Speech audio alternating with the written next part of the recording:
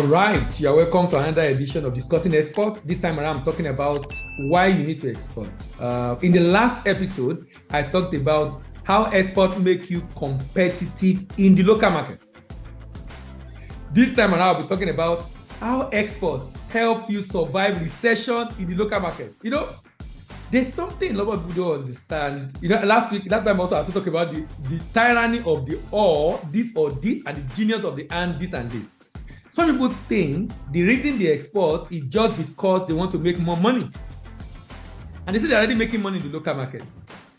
What you are not looking at is the fact that by depending only on the local market, you are subjecting your business to concentration risk.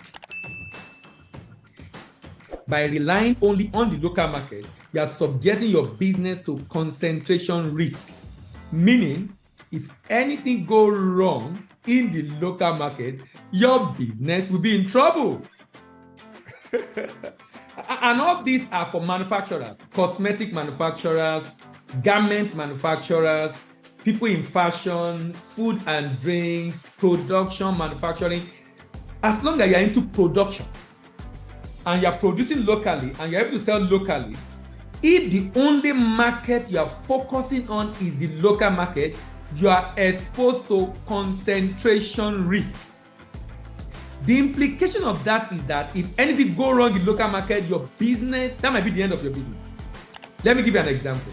There are manufacturers today in some African countries who are currently in recession or who are having a very high level of inflation. And these businesses depend only on the local market. The local market is crowding up. The local market is in recession. The demand is declining. They are not able to sell as much as they should. But because they've never thought of looking beyond the local market, they don't even know what to do right now. Some are closing shop. Some are shutting down. Some cannot continue the business because of dependence only on the local market. Relying only on local market as a manufacturer is a concentration risk. If you want to build a resilient business, a sustainable business, a business that will survive recession, then you need to start considering the possibility of selling your product outside your current jurisdiction, outside the current geography where you are focused on.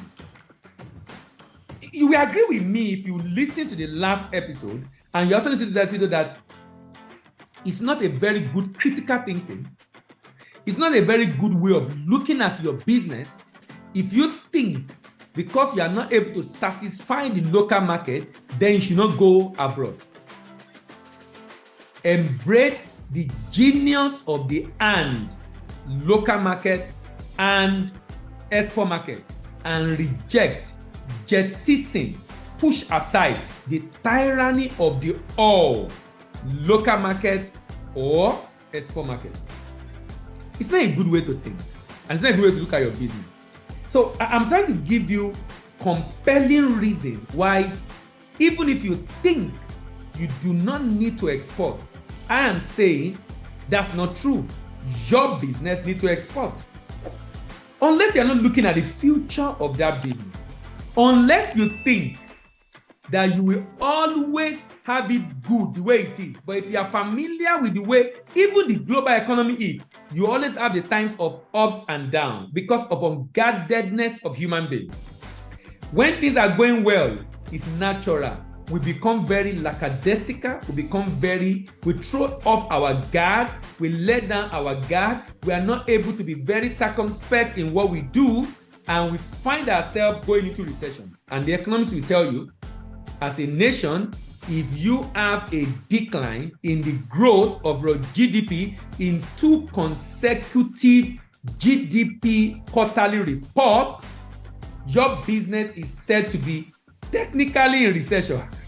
The economists have so many ways they talk about this issue. I'm not an economist, I'm just a trade specialist, I'm just a trade expert. So I don't claim to be an economist. Or rather, a partial economist. I can't even call myself an economist. I just specialize in one area of the economy. That's the only way I specialize. So I will not try to be an economist because I'm not one, and I'm not planning to be one. I just play in an area that happens to be a subset of the economy. So I tend to talk about that area because that seems to be my forte. But the economist said you are technically in a recession if you have decline in your GDP growth, that's negative growth in 2 consecutive quarters. And when you say there is recession, that's a shrinking of the economy.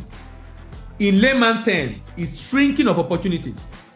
Layman terms, because in recession, some other sector might still be growing, but when you look at the overall trajectory of the economy, there's a decline. But some sector can be growing, only that the sector declining when you add the aggregate of the degree of decline plus the nil of the growth in other sector, and at the end of the day, you have an aggregate of decline in the economy. Whenever this happens, there's a shrinking of opportunity. There is issue with sometimes inflation. Sometimes you have issue with unemployment, meaning the purchasing power of the people will decline.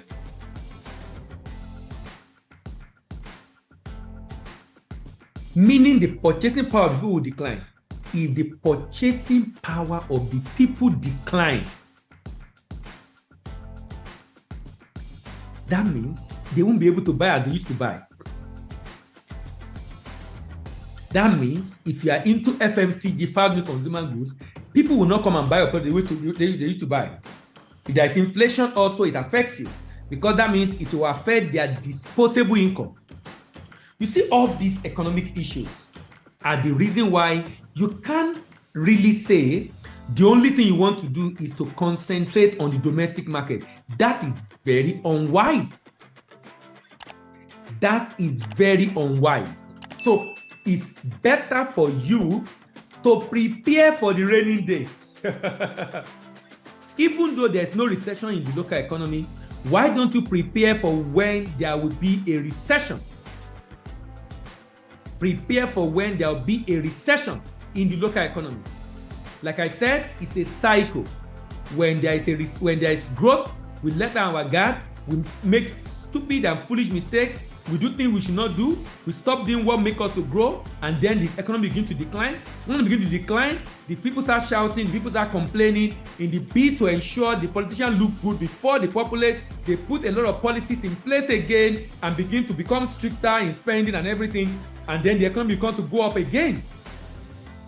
So the unguardedness of human being is one of the things contributing to the occurrence of recession. And because you don't have control over this unguardedness of the politicians, of the political class, and the people start with responsibility of managing the economy, you also want to at least exercise control over the part of the economy you have control over, of the economy you have control over, which is your business. So please, if you are seeing this video and you have friends, allies who are into production, who are into manufacturing, who are into one form of value add or the other, who are selling the local market and they have a huge demand and market, and they do not export, please can you tell them to begin to consider export? And I mean exporting the same product they are manufacturing, in order to ensure that they are not caught up in the web of the challenges that many businesses tend to face because of their lack of preparedness and unguardedness in ensuring that they are recession proof. So export basically make you recession proof. Export make your business more sustainable. Export make your business to have resilience in a recessed economy, because you are going to be selling in other markets, and there will not, most likely there is no recession in some of the market you are selling in. So even though there is a decline in sales locally, there is a growth in sales or continued sales in the export market, and that can balance out and make you to be able to pay salary, be able to still continue to do business, not shutting down, not underutilizing your capacity. You just develop new and more export market. I hope this video has been of help to you. I believe this video has been of benefit to you. If you are listening to this and you have friends who you think need to see this video, share with them. If you are stopping by and seeing us for the first time, subscribe to our channel.